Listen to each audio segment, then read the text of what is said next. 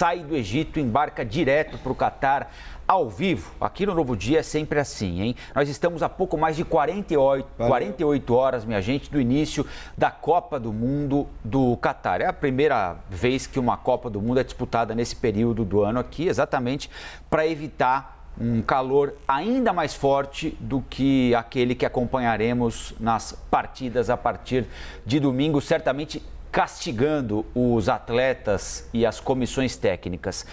Júlio Gomes vai conversar com a gente ao vivo, direto de Doha. Júlio Gomes, um dos jornalistas esportivos mais bem informados do mundo, um poliglota no esporte, diria o poeta, não é, Júlio?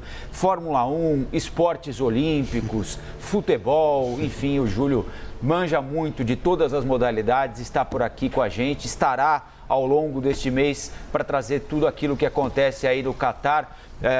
Tem muita expectativa por aqui, pelo menos, não é, Júlio? Sobre a forma como o Catar vai lidar com a Copa, pelas características do país, um país que tem traços preconceituosos do ponto de vista dos ocidentais, muito limite para questões que nós aqui no Ocidente consideramos absolutamente normais.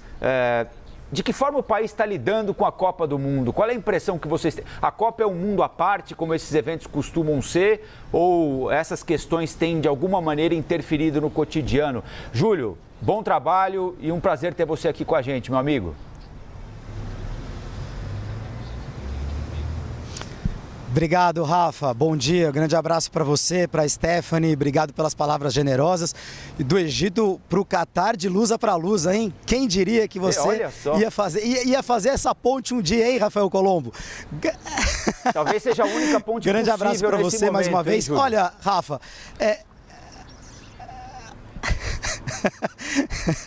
Exatamente. Olha, é lógico que é um mundo à parte, é um momento à parte da história do Catar e de tudo que esse país vive, né? Você vê, por exemplo, vou dar um exemplo curto e prático, o metrô, que foi construído para a Copa do Mundo e que conecta todos os estádios, conecta quase o país inteiro, porque o país é pequeno, né? Não só a cidade como o próprio país. O metrô tem vagões para homens e para mulheres. No caso da Copa, isso caiu. Tá tudo junto e misturado.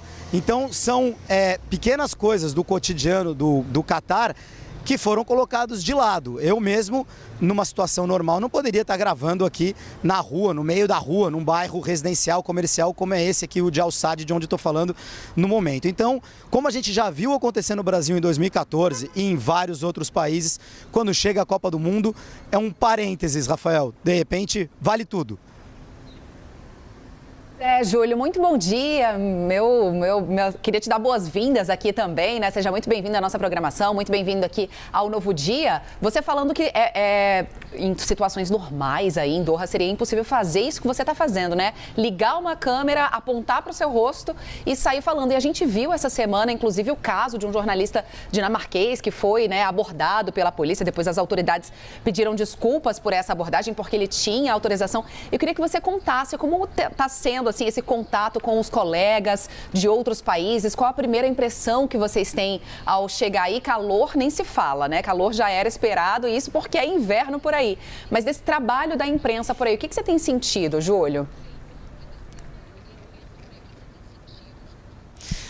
Esse caso foi bastante emblemático, bom dia, Stephanie, porque não podia acontecer o que aconteceu, né? Possivelmente aquele policial, aquele segurança ali deve ter faltado no briefing, né? Porque claramente existe uma ordem geral para deixar o pessoal trabalhar.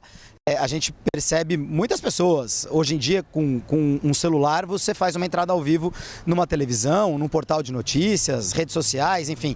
E claramente outros colegas que vieram a Doha para outras coberturas, esportivas ou não, contam que não era assim. De maneira alguma, você tinha que ter 1 milhão de autorizações e até drone ficava sobrevoando na tua cabeça se você estivesse filmando algo que não deveria. Então, isso a gente percebe que vai ficando mais natural, cada vez mais os próprios jornalistas, as pessoas vão se sentindo tranquilas em puxar um celular e fazer algum tipo de filmagem. E o calor que você citou é parte integrante aqui do cenário, né? Estamos nesse momento com 33 graus, um sol para cada um aqui em Doha. Ô, Júlio, a seleção brasileira chega aí amanhã, né? Alguns dias de treinos na Itália, no CT da Juventus, e amanhã a seleção desembarca por aí. Com que ambiente? É claro, a seleção brasileira sempre é citada entre as favoritas para ganhar um título mundial, né? Mas qual é o nível de confiança que você conseguiu perceber por aí sobre o desempenho da seleção brasileira, hein, Júlio?